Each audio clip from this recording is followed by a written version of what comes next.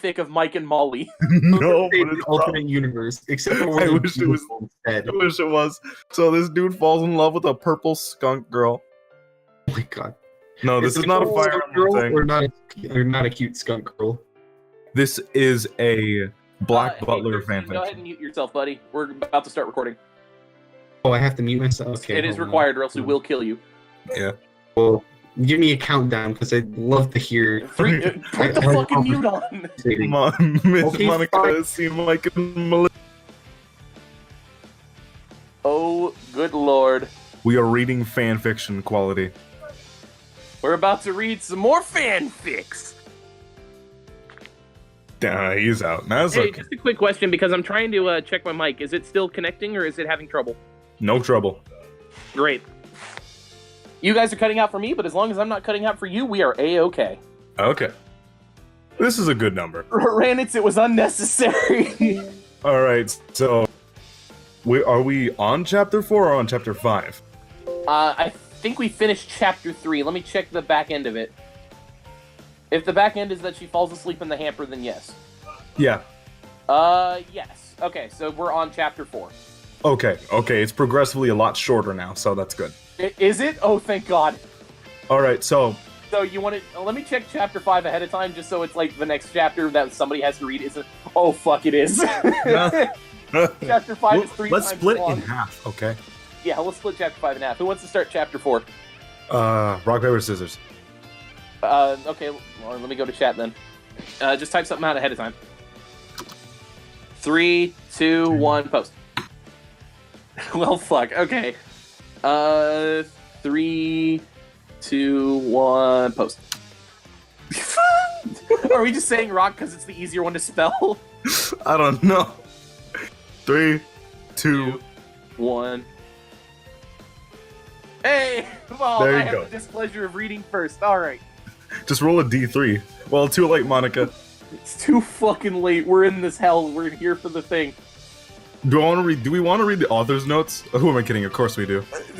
Oh, fuck. I don't think we have been. Oh. Okay. Let's do it then. Okay, so I said I would update on Friday, so I am. This was 12 years ago, by the way. And since this is the shortest chapter so far, only 3 pages, frowny face, I'll try to upload chapter 5 tomorrow. And since it's the longest chapter, 11 pages, XD, if I don't upload it tomorrow, I'm gonna be Knott's Berry Farm. Google it if you're curious. And it's an all-day field trip, so I might have an update on it Sunday instead. But don't worry, I have almost all of Chapter 8 typed out. It's neck and neck with Chapter 5 on link. Oh, fuck. So it has that going for it. Then I'm on Chapter 13, which I think will be the last chapter for Volume 1. Coo. This is my least favorite chapter. Pooh, frowny face. Well, enjoy this chapter and then review, smiley face with open mouth. Are we ready, guys? All right. Apparently, I had fallen asleep because the next thing I heard consciously was someone talking. I wonder what happened to that girl, someone said. I thought it was a boy, but it sounded a bit feminine. I also wonder, Mr. Sebastian is not happy that he hasn't been able to complete the young master's order. Ah, yes, that was the maid's voice. I know. I hope she's okay and not outside. Didn't Mr. Sebastian say there were tracks in the snow? He asked. There was nothing for a minute. I assumed the maid nodded to his response. He said they were up to a servant door and then went away from it for a few feet, then just disappeared. Didn't the young master say that she claimed to have been from another time? He said she might not be completely sane, but perhaps she was telling the truth and disappeared back into her time. Oh joy! Oh joy! So they all thought I was insane. CL must probably think that even more. Me coming out of his mirror wearing Sebastian's boxers. Just hope she didn't freeze to death. My stomach decided it was wanted to be known. Growl. Both people stopped moving. What was that? The boy asked, scared beyond belief. I don't know, I think it came from your closet, the maid said, excitement lacing her voice. What? My closet? Come on! I heard the closet doors open. Oh, all that's here is your clothes, the maid said depressingly. Well, good night, Finny. Night, Maylene. Maylene must have left, because it got quiet. I must be crazy thinking there was someone in my closet. The door shut. I waited a while before I even thought about getting out. Hopefully, since he was in bed, everyone else was too. I could go get me something to eat. Cautiously, I pushed the clothes off of me and out of the basket. Standing in the dark little closet, gulping, I opened the door and saw the boy Finney fast asleep in his bed. I refrained from sighing in relief, for I may wake him up. I opened his door and went into the kitchen, and then I realized my peanut gallery was decidedly quiet, which unnerved me just a little bit. After 10 minutes, I found what was finally a kitchen. I nearly shouted in joy. I contented myself to smiling like an idiot. Wanting to see better than the moonlight given, I found a match and lit a candle. Lighting the candle, I screamed, "Ah!" and found Sebastian's face illuminated. Okay, hold on. Good God, girl, you woke us up! You've got a pretty set of lungs, I'll tell you that. Now why never mind. Sweet Jesus, he looks fine. Now was seriously not the time for that, despite how much I agreed. Hello, Miss Tabby, it's nice to see you haven't disappeared. I swallowed. Hello, Sebastian. Lovely weather we having, ne? I said, only adding more to the tension. Miss Tabby, you have refrained me from following my orders. Which would be to properly dress yourself, of course, Sebastian said, taking a step back forward to match my step back. Say you need to eat. Well, I would kindly let you know, but I currently am starving, I said, reaching for a cabinet. Then I will wait for you to finish. Damn it. I'd really prefer it if you didn't just stare at me, I said, feeling his eyes watching my almost nude form. You are the one dressed like that. He had me there. Opening the cabinet, I found something amazing. Cereal. However, it was high up, and I could not reach it. Jumping, I missed it by nearly a foot. Do you need help? I stuck my tongue out in concentration. No! I lifted my leg up and onto the counter, no doubt giving Sebastian a wonderful view of myself. However, I didn't care, since he didn't strike me as that type to care. Are you sure? I could easily reach it by merely... No! Just because short people have this disability doesn't mean we always need tall people, I said, pulling my other leg onto the counter. I currently stood to my feet, wobbling a bit. I edged around the cabinet so as to not fall and hurt myself, and pulled the box of cereal. It appeared to be a prototype version of Cinnamon Toast Crunch. I smiled happily, momentarily forgetting about the threat of falling, and moved a bit too quickly, causing me to tumble over. Bracing myself, I tensed up, waiting for the impact of my shoulder to the floor. However, I was happily surprised to find my body meet Sebastian's arms instead of the cold stone. He appeared unamused. It is for this reason why I asked if you needed help. Oh my God, he's touching you! He's so heavenly! Molester, Sebastian! Sebastian helped me back to my feet while Karen squealed. You pervert, I mumbled, annoyed with him. What was that? Sebastian said, although I got the idea he knew what I said. I was just talking to one of the voices in my head, I replied, completely serious. I think they may have put them on edge. One of the voices? I nodded. Yep, her name is Karen, I answered, grabbing a fistful of cereal and beginning to shove it in my mouth. I was surprised to find it tasting quite decent. Who are the others? As far as I know, it's only her and Alexia. Sebastian brought a gloved hand to my forehead. You are a bit warm.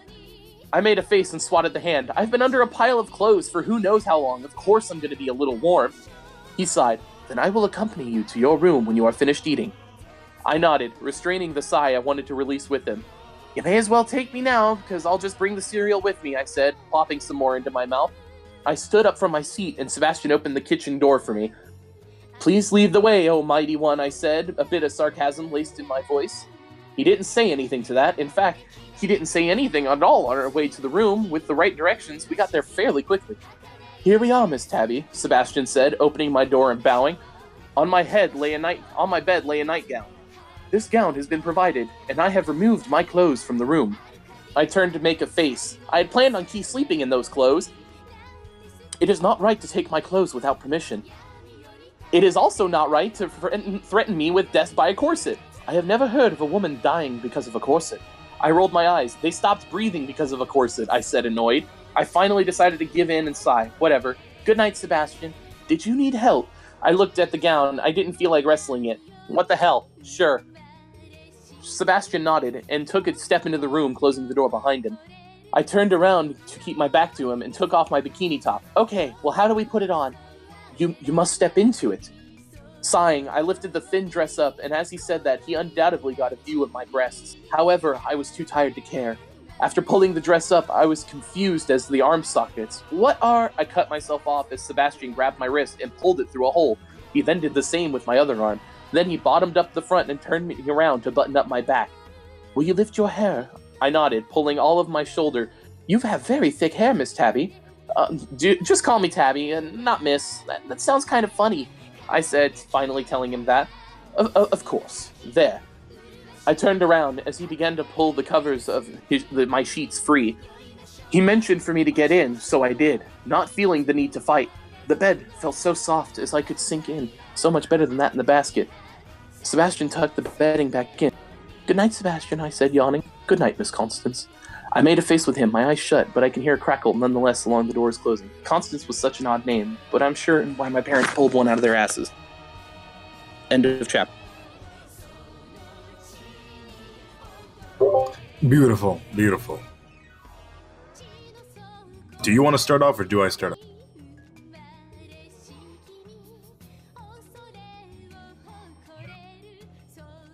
I think I'll just start off. So, went to Knott's yesterday. I think it was officially Hot Guy Day or there or something because there were a lot. Not as many pretty girls though. Shame. And yes, there's a valid reason as to why she's in who she's in. More than just because he's a Reaper. Ha. Oh, and the first motion picture movie was in 1895, but with how technically Black Butler is a parallel world to the actual Great Britain this time, it also says at the end of the volume in one of her little comment pages, so we're gonna go with that. My dream was sad, to say the least. It started as soon as wait a minute. This is... Okay, no, I just thought that we started at the beginning, Jesus. My dream was sad, to say the least. It started as soon as I began to fall off the boat. However, it was from a person's perspective that was still on the boat. Everyone turned their heads when they heard my body crash through the water, and Maverick's eyes landed on our parents, before landing on my empty seat that had snapped back. His brown eyes widened. The main difference between CL and him were the opposite eye colors. "Constance!" Maverick ran over to the end of the boat and looked down, seeing all the bubbles and ripples from my splash. Mom and Dad rushed over. "What happened?" Mom asked, her voice edging to becoming frantic. Dad's jaw clenched. He understood, but he didn't want to admit it. "She'll come up. She's a strong swimmer." After a few seconds, Maverick began pulling off some clothes. Thankfully, he left his jeans on and dove in after me. The person who was watching this merely huffed. They looked over the red framed glasses and turned away, going to sit down. Seeing the legs, I noted that they were long black pants, heeled shoes, and had on a long red coat. I also noticed extremely long hair. And despite all this feminine attire, there were no boobs. "She disappeared," the body said, and I noted that it was a very flamboyant male, for lack of a better word. Damn, even though I knew it wouldn't be, Will is still gonna get on my case. Ugh. I heard Maverick break the surface. "She's not there, no one is." Many murmurs began to go throughout the crowd. "She definitely fell in. Could she have been swept away? Oh no, poor girl. Not our fault she fell overboard." A snooty man was the one who said the last one, and Maverick heard him just as he was climbing back over on the ship. Maverick walked over to the man, and the man sneered. "What, little boy, I insulted your stupid girlfriend? So what? I paid money to go on a ride, so I expect to get that ride." "Well, why don't you go ride on your gay boyfriend's dick? That'll get what you want," Maverick said, wanting to hit him so bad. All he had to do was get him to touch him first. In his face, I could see how it was difficult to get him to follow the lesson I taught him. "Self-defense is legal," I had said, after he got into a fight and was back home nursing his busted lip. "Hitting because you're angry is not." The man pushed him so hard he ran into something behind him, causing both of them to fall over other people. Maverick snorted, a crude smile on his face. Maverick, never being one to cope with sadness and anger well, allowed his fist to move on its own, colliding with the man's jaw. I heard a sickening crack and many people screamed. The man spit and blood came out. More people screamed. "You little brat, I'm going to have to sue you for everything you're worth," the man said, wincing as he talked. He spit out more blood. Maverick snorted. "Have fun with that." Dad stepped forward. "You touched a minor first." He merely retaliated in self-defense. Dad smiled at the man's face, turning pale and red at the same time. "I am a lawyer, so I know what I'm talking about. So, we will be seeing you in court." Dad walked over and consoled Mom, who was still sobbing. The man I was currently in smiled. "What a lovely family." He looked down to his watch. "Well, Tabby, how are you?" I bolted upright in bed. Sebastian, who was opening my curtains, turned and looked at me, breathing heavily. Miss Tabby, are you alright? I nodded. Yeah, I think so. Coming back to me. Didn't I tell you to drop that miss thing? Sebastian bowed, an amused smile on his face. My apologies, but it is only respectful that you are guests of the mansion. I made a face, but sighed. What? Now, I have locked the windows and the door, Sebastian said, giving me a classy, sexy monster smile. It is time for you to get dressed. Once again, my skin became that of an albino's, and I jumped for the door, despite it being locked. I hadn't even touched the door when Sebastian grabbed my arms and pressed the front of my body against the wall. It is futile to attempt an escape, Miss Tabby. I growled at them. Only friends are allowed to call me Tabby. I snarled, and I could see him grin. Of course, Miss Constance. My apologies. I was merely calling you what you had wished to be called. He stepped back and held both of my hands with one of his and began to undo my buttons. We must first get you out of this. I sighed. Don't give up. Dear, you're making the right choice. Besides, Karen, now he's going to see her naked. For the most part, I was under the impression you'd be all for that. I noted that Karen was particularly quiet about that. I shook my head. Are you not making the attempt to escape? I shook my head. No, I don't want to deal with that, especially after my dream. Sebastian released me, and to his surprise, I pulled off the dress, my back still turned towards him. Get the corset, I mumbled. I felt him wrap it around me and began tying it. It wasn't that bad until about 1/4 of the way through. The tug became particularly tight and I gasped. Place your hands on the wall. That should help with it. I nodded and did so. However, I continued to feel the major organs be pushed up into my ribcage, and soon I felt my lungs become restricted alongside my breast seemingly pushing up to my neck. Good God, man, are you trying to make me suffocate? I said, placing my hand on my breasts area. I noticed there was an extremely large gap between where my breasts usually hung to where they were now. No, miss, merely trying to tie the corset. He gave me one more tug before trying to tie it and let go. There, the worst part is over. I rolled my eyes and turned back to him. That's what you think. Raise your arms. Doing as asked, he slipped the cloth over my head, and it rested on where my waist currently was.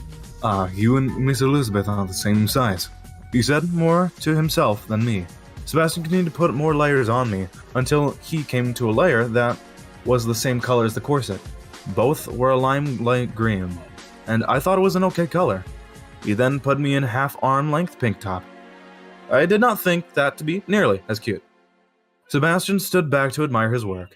Now, if it would be perfect if only we could fix that face of yours. My glare didn't move. So it can be ugly as yours? Now that's an outright lie, isn't that the truth? I was amused that they contradicted each other while agreeing. Perhaps they really were me. It sounded like something I would do. I sighed. Whatever. I walked over to my iPod, getting on my knees to get it, having difficulty bending over to top. I smiled, seeing it fully charged. Then I found myself with a new problem. Damn it, I muttered. Sebastian. Yes, Miss Constance. Could you help me get up? He nodded, of course.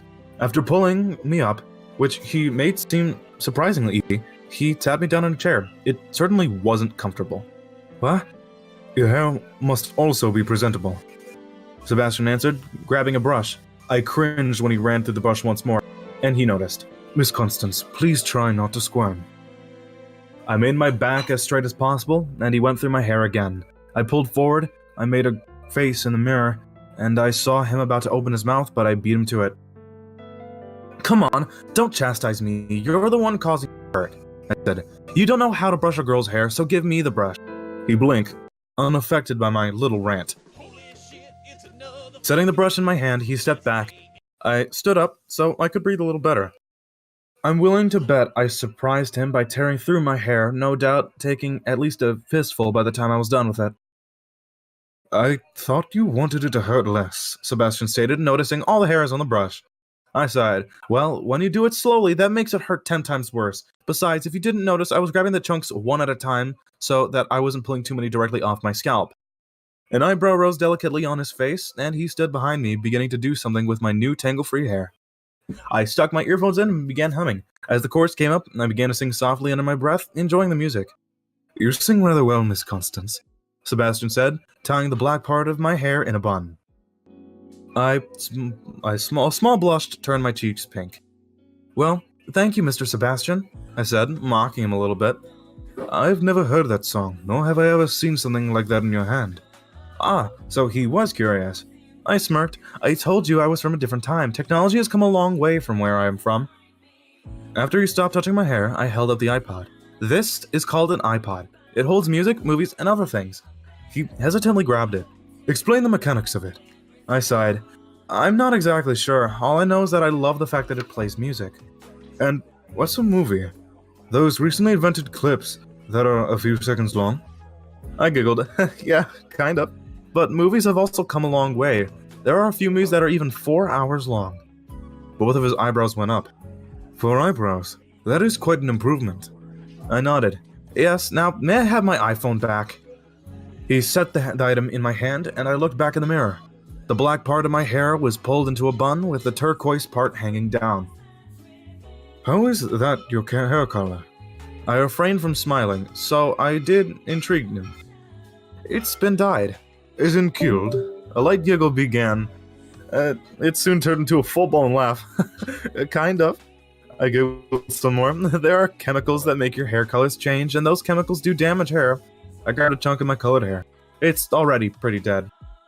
Is that top part colored too? I looked up at Sebastian and shook my head. No, that's my natural hair color. It is the same color as the young master's. Ah, so he did notice. I glanced at him, then stood up. Have I not said the same that CL has looked almost exactly like my brother? You have, but I was under the assumption that I was a mad woman who had gone around the bend long ago. I said, rolling my eyes. Yes, I already know that, however, I'm not. He blinked, waiting for me to continue. CL really does look like my brother when he was 12. I would show you a picture, but I rolled my eyes. How stupid am I? I shook my head at my stupidity, cutting off my original sentence. Unlocking my iPod, I went through my pictures until I came to one of Maverick, and I was 11. Here. Handing him to take a picture where his eyebrows were so high. I had yet to see the hairline, quite literally, and by God, I was suppressing my That does look like the young master. The only difference is his eyebrows are brown instead of blue. He handed it back, the face normal again. I nodded. Yes, my father's are brown, mom's are the exact same color as CL's. Then why are they not blue if a parent has the eye color? You have blue eyes. I smiled. Science lesson time. I wiggled about in my corset and opened the door. Let's walk the way to the kitchen, eh? I need to put on your shoes first. I sighed. Really? Right now? We're just walking around the house. He didn't budge. Here, hand them to me. He had yet to give them. Sebastian, give me the shoes, I growled out, my happy tone gone. He blinked and his eyebrows went up some. A lady should not speak that way. And a butler should not order a woman what to do, especially one that is a guest in the household. Ooh, I had him there and he knew it. Now hand me the shoes, Mr. Sebastian, or you can complete your order of getting me properly dressed. He eyed me for a moment. Well, not really eyed. He just never looked away. It was creepy to say the least. But eventually, he allowed me to take the shoes. I smiled happily when he handed them to me. Now, let's go find breakfast. Sebastian undoubtedly thought that there was something wrong with me. I could see the thoughts forming in his head. Now, just because one parent has a certain eye color does not mean that the child will automatically get that eye color. Why not? I could explain this so much better than using a Punnett square. Let's look at it this way. If a black-haired man whose entire family was black hair had a child with a blonde woman whose entire family also had all blonde hair, what color is the child's hair normally? It is usually a 50% chance. Wrong, the child's hair will be black. He blinked. Explain. I sighed. I need a piece of paper and a ballpoint pen. Ballpoint pen? I wanted to bang my head on the door. You still use quills and ink cartridges? No, we use fountain pens. I literally did bang my head on the door. Slowly trudging forward, I nodded. Yes. Anyways, I need paper and a writing tool. Come, we will get to one of those extra studies. Sebastian turned at a random corner, and I nearly continued walking straight past. A few doors later, he opened one and held it open for me. Walking up to the desk, I put my hand on it, hunched over. Miss Constance, are you alright? For a moment, I wanted to tell him off. He was the only one who put me in this goddamn corset. Give me a moment, I said, a hand on my corset. I'm trying to remember how to breathe again. Sarcasm rolled off my tongue. Why don't you sit down? I shook my head. That won't help. Concentrating on breathing in and out, I forced myself to stand up straighter, taller. That didn't help in the slightest. In fact, it may have made it worse. Oh dear God, this is difficult, I said, and I hunched back over. Sebastian, please untie this corset. Miss Constance, that would be untie the damn corset before I die from lack of oxygen. I yelled, using up what oxygen I had in my lungs. I found it difficult to get more. I highly doubt that you will die, Miss Constance. He didn't untie it. He didn't even take a step forward. With a lack of oxygen getting into my brain, not to mention the rest of my body, I could feel my muscles give out. And I toppled sideways.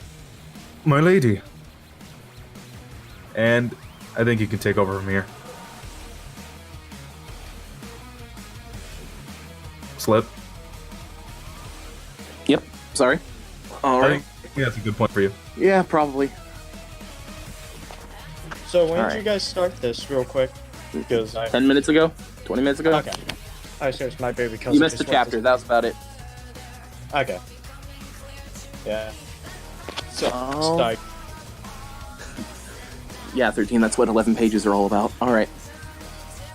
I was slightly aware of what was going on around me. Laying down gave me a little more wiggle room, so I was able to get oxygen flow started again. My apologies, but I will... No, hold on, we skipped that. Hey, Opti, where did we start? After my lady. Are you sure? Didn't you already... Oh, okay. Okay. My apologies, but I will need to carry you, Sebastian said. I felt him lift me up. That restricted my lungs more. No, I whispered. Put me back. Sebastian seemed hesitant, but allowed me back on the ground. After a few minutes, I had caught my breath enough to speak. Sebastian, take off the damn corset, I said, my back to him currently. We will need to lift you up to remove your shirt first. I groaned, but nodded. Go ahead. He cautiously held me up against his knee, pulling the pink shirt up and over my head before laying me on my back down on my side. As soon as he untied the strings, the entire thing loosened. I took a huge gasp of air. Then the sudden onslaught of molecules that caused my head to go... I probably would have fallen if I weren't already on the floor. Oh, thank God, I whispered to myself. What was that all about? Yeah, we couldn't come through. We were so close, but it was like there was an invisible shield stopping us from touching you. I'll have to agree with Karen for this one. I can find no better explanation. I had been suffocating, was my simple answer. On what? Sebastian didn't stuff a pillow in your face, did he? Even if he is a demon, he wouldn't do that. I didn't question the demon thing. Hell, he's an effed up man sometimes. Even I thought he was a cruel person, especially after tying the damn corset too tight. Well, dear, I didn't mean demon in the cruel person type of sense, but whatever helps you sleep at night. So it was a corset suffocating you. This is why a man does not tie corset. Miss Constance, may I carry you to your room? I gave a nod. Only if you bring me a paper and something to write with so I can finish my science lesson. Dear, it's not the best idea to be teaching him this stuff. Proteins are still thought to be the building block of every little thing. Sebastian lifted me up, and I continued my conversation with Alexia. Karen was unusually silent. I'm just going to explain what the Punnett square is and how genes are passed on. And next thing you know, people are going to be asking you to explain genes, then chromosomes, then you're going to say DNA is the building blocks of everything on Earth, and then someone's going to question you for that, and okay, I get it. But it's Sebastian we're talking about. Like he's going to go to a hotel full of scientist people and show them the Punnett square. I think she may have had a point there. Where have you been? Mulling about? Where? Oh, you have a lot of random spaces going throughout your mind. You can honestly think we could just sit back in a blank space with each other? She definitely had a point. Whatever. I'm just happy I can breathe again. It was definitely unnerving not being able to connect with you. Actually, I have to agree. I didn't want to happen again anytime soon, but then I'd be stuck with her. Oh, be nice, Karen. Somehow, Sebastian opened my door without setting me down. He then gently laid me on my bed, the weight of the dress pressing on my legs. You require a piece of paper, a pen, and a cartridge. I gave a nod, and after he left, I stood up, loosened the corset some more. I sighed in content with a deep breath. Laying back on the bed, I stared up at the ceiling. For a few minutes, I depressingly accepted that there were no patterns in it. I grabbed my iPod, and I was sitting on my nightstand. The door opened just as I had begun singing, a large helping of curse words thrown in. Sebastian blinked as I sang. By the way, it says in parentheses, she's singing Turn Down for What by Eminem. My necessities in his hands. That is quite the song. However, a lady should not speak in such a manner. I made a face at him. I will speak how I please. Now hand me that so I can explain the pun it so. And I used the nightstand and created a box with intersecting lines in it. Okay, so if we write down Big B, that signifies that this person has black hair and that's all they have. I wrote 2 large capital B's on the top one. I turned my head to Sebastian. Does that make sense? Yes, continue. I gave a curt nod. Then, next to the vertical line, we will write little b, to signify that the person has blonde hair and that they have no other color in their family. Why the lower and capital B's? Sebastian asked. I sighed. Black hair is the dominant color in the 2 that we are comparing. Him, showing no understanding. Black hair is more likely to show than blonde. So because of that, it is the dominant color, and blonde is the recessive. He gave a nod of understanding. So now, you just bring them together in each box. I put big B, little b. Each child will have black hair, but if they had a child with a blonde-haired person, their child would have a 50% chance of being blonde. So if it were a capital B and lowercase b for both parents, then the child would have a 25% chance of being blonde, or whatever color the lowercase b symbolizes. But black is always the dominant hair color usually, I explained. Laid back on the bed again, Sebastian continued to look at the paper. So, if I were to have an offspring, the child would have black hair? I giggled at the terms of offspring. We're both of your parents had black hair. My mother's was red, he said, and I noticed the lapse. However, I did not question it. Well, it depends on your wife's hair color. If she had red, then your child could very well have red. If she were brunette, the child would probably be black or brown. Blonde? I sighed. That's where it gets a bit complicated, because both blonde and red hair are recessive traits. They will mix together. Mix together? I nodded. Yes, like Finney's. He's a bit of a strawberry blonde, but with more blonde in it. He probably had a parent who was blonde-haired and one who was strawberry blonde, so if you were about to have a child with a blonde, the child would have black hair or strawberry blonde hair. What about blonde hair with a lowercase b brunette? My face skewered. Explain. What if the blonde hair was dominant and the brunette was recessive? I shook my head. It wouldn't happen. Blonde and red hair are always recessive to all other hair colors. He stayed quiet, still looking at the paper before he turned down to look at me. Will you be requiring anything else? I need you to tie the corset so I'm not suffocating. I deadpanned. He gave a nod, waiting for me to stand up. Instead, I held my arms in the air. Pull me up. He did as he was told, and I practically flew out of the bed. Sebastian had to steady me so I didn't fly into a wall. Good God, man, are you Superman or something? Turning around, Sebastian began to tie the corset. He blinked. Baud has called me that before, but I can assure you I am not the Superman you speak of. I blinked at him before sighing. Oh, whatever, I prefer Batman anyway. As Sebastian continued to tie the corset, I had a bit more breathing room. After I felt him drop the strings, I sighed in happiness. Oh, thank heavens, I can still breathe. I glared at him. I told you a woman could die from a corset. I think he may have been restraining a smile, more like it was a smirk he was forcing down. You were right, Miss Constance. Raise your arms. Shaking my head, I did as I was told, and he slipped the pink shirt back over me. Women are always right, I said, laughing. You would do well to remember that. He raised an eyebrow. Women are always right. I gave him a curt nod. Yes. Then what race am I? Demon. I made a face at Alexia's answer. What? Say demon. That's not nice to... Tabby, we literally mean... Miss Constance, were you going to answer my question or just stare at the wall blankly? I glared at him, opening my mouth to tell him off, when another voice came through my mouth. It was Alexius's voice. You are a demon, Sebastian Michaelis. Apparently that surprised Sebastian, and I rolled my eyes. I told you that was not a nice thing to say, and who gave you permission to possess me? I was slightly angered by this. I'm not quite sure how it happens. I wonder if I can. My eyes widened as I realized she was willingly attempting to possess me. What? No, you! I get it! Karen yelled happily, her voice coming out of my mouth. My eyes widened. Oh, fuck no, I said in my anger rising. Sebastian was giving me looks, no doubt from the fact that I was talking to myself. However, I couldn't yell at them inside my head. It's one thing when it's an accident, but when you willingly take over, I was seething on the inside, and I wanted to imagine them boiling in an oversized pan. Alexia, you've lived your time and died. Karen, I growled. I could feel both of them in a corner of my mind. You will get your own time, so until that comes, do not speak from my mouth. I calmed down slightly after screaming. Karen, you do it again, and I will find a way to get to you when you are alive and make life a living hell for you. How so? I will make you the reason your parents get a revenge.